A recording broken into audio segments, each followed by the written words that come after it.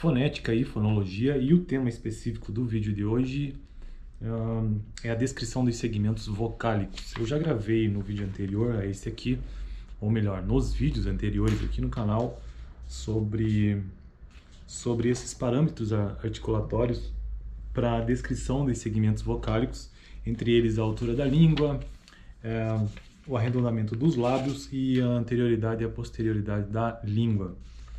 Mas, antes de eu fazer um apanhado geral, uma revisão geral sobre esses três parâmetros articulatórios fundamentais, que é o que eu vou fazer no vídeo de hoje, uma espécie de revisão bem rápida, né? Para quem está assistindo esse vídeo sobre fonética e fonologia pela primeira vez, deixa só eu trazer dois conceitos que são fundamentais para entender a localização desse vídeo, ou a localização desse tema, né?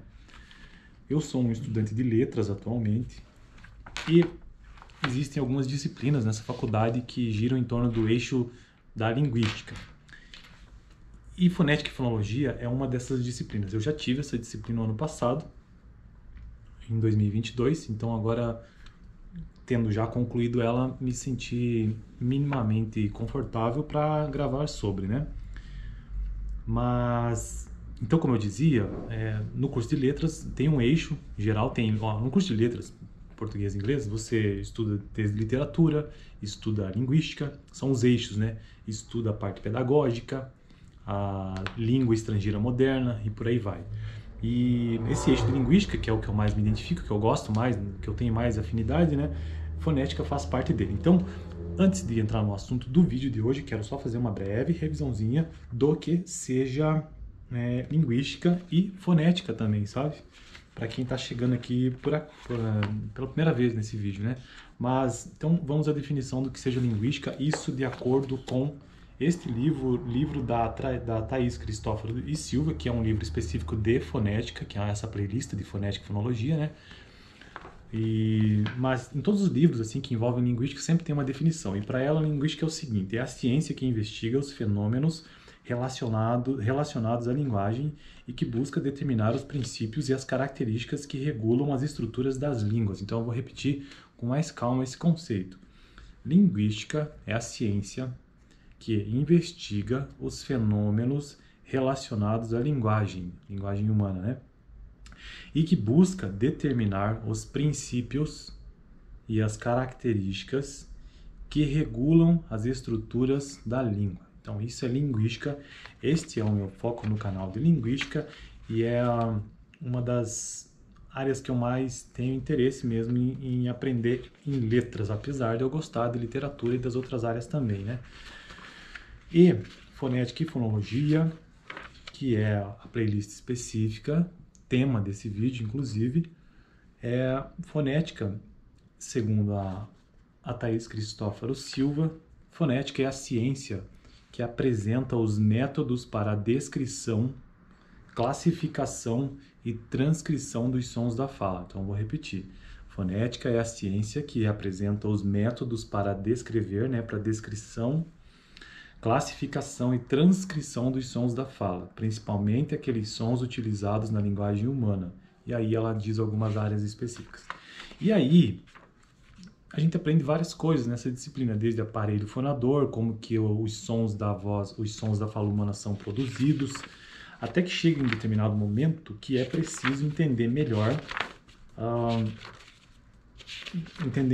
sobre duas situações. Deixa eu ver se eu acho a página correta aqui, que eu acabei de perder aqui. Depois de aprender sobre o aparelho fonador, onde é que se localizam, né? Eu já tenho vários vídeos gravados sobre isso, né? O lugar de articulação, o modo de articulação, se é desvozeado, se não é vozeado. Não vou repetir aqui, mas o fato é que, como eu disse, fonética busca transcrever, busca descrever, classificar os sons da fala. E até que chega um momento que é preciso entender, então, ou descrever os segmentos consonantais, ou seja, as consoantes e os segmentos vocálicos. E aí ela traz um trecho no texto dela que eu acho interessante, que diz o seguinte: todas as línguas naturais possuem consoantes e vogais. Todas as línguas naturais possuem consoantes e vogais. entenderemos por segmento consonantal um som que seja produzido com algum tipo de obstrução na cavidade, né, do trato vocal. Então, vou dar um exemplo aqui, tá bom? Vou usar a letra, né, mas nessa disciplina específica não se usa esse termo, mas a letra B, por exemplo, ou o fonema B, se você tentar produzir ele, ó, pensar na palavra bola, bola, então para que o som desta palavra surja, você tem que, sabe, bola, obstruir a passagem de ar para que saia a letra B. Então por isso que ela é uma consoante, é uma das características de consoante, é que haja obstrução. E daí existem, eu já gravei vídeos específicos também, entendimentos do que seja, então, as consoantes, o lugar de articulação dela, o modo de articulação e por aí vai. Existe uma tabela fonética consonantal. E hoje, nos últimos vídeos, eu gravei sobre a transcrição e a descrição, na verdade, dos segmentos vocálicos. E o que seria, né, a descrição dos segmentos vocálicos? É justamente o contrário das consoantes. Ou seja, a produção de um segmento vocálico, a passagem da corrente de ar não é interrompida na linha central, portanto não há obstrução ou fricção. E eu posso dar um exemplo, pode tentar você mesmo fazer aí as vogais, né? Emitir esse som das vogais. Então, A, E, I, O, U, você percebe que a passagem ou a corrente de ar, ela passa livremente pelo trato vocal, pela boca e por tudo que envolve ali na produção dessas vogais, né? E aí, no estudo da descrição, na verdade, dos segmentos vocálicos, alguns elementos ou alguns parâmetros articulatórios são levados em consideração, entre eles a altura da língua, a anterioridade e a posterioridade da língua e o arredondamento dos lábios. E o tema de hoje é fazer uma revisão bem rápida sobre isso. Eu fiz questão de fazer essa revisão até aqui para a pessoa que esteja assistindo esse vídeo pela primeira vez entender por que eu gravo especificamente sobre fonética e fonologia, uma playlist sobre isso. Então deu para ter uma ideia geral, né? Bom, mas na descrição dos segmentos vocálicos existem alguns parâmetros articulatórios. Existem os parâmetros articulatórios básicos, né?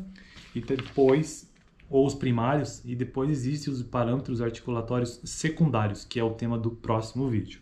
Os primários, que foi o que a gente aprendeu na faculdade, porque os secundários a gente nem vê ou passa por cima, ou vê bem basicamente, mas são três, como eu disse. A altura da língua refere-se à posição que o corpo da língua ocupa no trato vocal durante a articulação de um segmento vocálico, mas a posição horizontal, vertical, ou seja, a altura dela. A altura da língua nesse sentido. Então eu vou tentar dar um exemplo. Vamos pensar na vogal I. Seria mais fácil observar isso em termos comparativos, né? Deixa eu pensar a vogal I e a vogal A. I, A. I, A. Então, neste caso, é possível perceber que quando você emite o som da vogal I, a língua está alta. I, ela está na posição vertical mais próxima do céu da boca. Enquanto que A é baixa na classificação, né? Então, A, a língua está baixa. Beleza? Então esse é o primeiro parâmetro articulatório primário, né? A altura da língua. Já a anterioridade e a posterioridade da língua refere-se ao corpo da língua, a posição ocupada também igual à altura, mas na dimensão horizontal. Então, enquanto que a altura da língua na dimensão vertical, se ela está mais próximo do céu da boca, vamos dizer assim, entre aspas, ou mais para baixo, a anterioridade e a posterioridade refere-se à dimensão horizontal. Se ela está mais próximo da cavidade bucal ou se está mais distante. Então, quanto mais próximo da cavidade bucal, mais à frente, né? mais à frente na cavidade bucal, na verdade, o nome que se dá é anterioridade. E quanto mais ao fundo, posterioridade. Então, novamente, eu vou tentar dar um exemplo com isso. Então, eu já dei o exemplo da vogal I e a vogal A. Então, a vogal I, ela está alta e a vogal A, ela é baixa. E, pensando agora em termos de anterioridade e posterioridade, a vogal I, ela eu vou usar nesse caso para ficar em dois extremos a vogal I e a vogal O. Então a vogal I, ela é mais anterior do que a vogal A, que é posterior. Então vamos tentar identificar isso no movimento. I, O. I, O. I, O. Realmente, então o I ele é mais anterior e o O é mais profundo, né? Mais posterior. O. Então veja que há esse deslocamento. Se você pesquisar aqui no YouTube, eu até deixaria, se eu editasse esse vídeo, eu ia deixar aqui o que acontece com a língua. Com a língua tem um vídeo que mostra o raio-x, né? O que está acontecendo com a língua, ela está se movimentando, assim, é bem interessante. Beleza? E por fim, o último desses parâmetros articulatórios primários é o arredondamento dos lábios, no caso nós estamos falando de vogais, né? Então esse é um pouco mais tranquilo de entender. É o arredondamento mesmo dos lábios. Então eu já vou começar logo com um exemplo. Vamos pegar de novo a vogal I e a vogal O. A vogal I, veja, não há arredondamento dos lábios, então é não arredondada. E a vogal O, olha só, é arredondada. Entenderam? Então, na transcrição ou na descrição fonética, na produção da fala, né, nos segmentos vocálicos, existem 3 parâmetros primários, que é a altura da língua, a anterioridade da língua e o arredondamento dos lábios, beleza? No próximo vídeo trarei as articulações secundárias nos segmentos vocálicos, que é a duração, desvozeamento, nasalização e tensão. Talvez eu grave um vídeo para cada um, não sei, vou ver. Valeu!